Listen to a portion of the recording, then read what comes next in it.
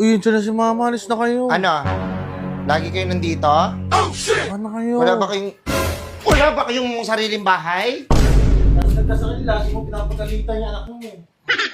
Ano? Oh, himala, wala ka sa labas. Anong meron?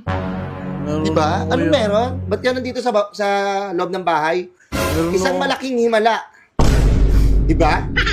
Bakit? Meron akong yayay. Ayan ang sinasabi ko sa'yo.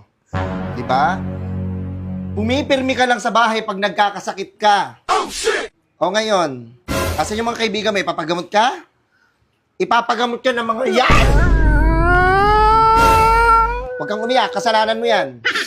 Sinasabi ko sa'yo, huwag kang maliligo ng ulan. Huwag kang uuwi ng madaling araw. Anong nangyari sa'yo? Nagkasakit ka? Oh, shit! O, ipapagamot yun ng mga kaibigan mo na yan? Ha? Sumagot ka? Sumagot ka? Ano, nasa na yung mga kaibigan mo? Sinasabi mo. Diba? Nasaan yung mga kaibigan mo? Putang mo! Mayayay na! Kawawa naman yung bata na yan. May sakit? Deserve!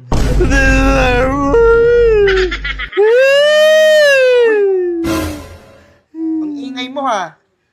May sakit ka ba talaga? Nagsasakit-sakitan ka lang. Para hindi kita mapalo. Meron sakit. Hindi ka kasi pumipirmi dito sa bahay. Gusto mo, pag nagkakasakit ka dito, saka ka lang pumipirmi. Ano gusto mo ba? Lagi kami sakit para lagi kami Hoy! Hoy! Loko! Ay, sige, magdabot.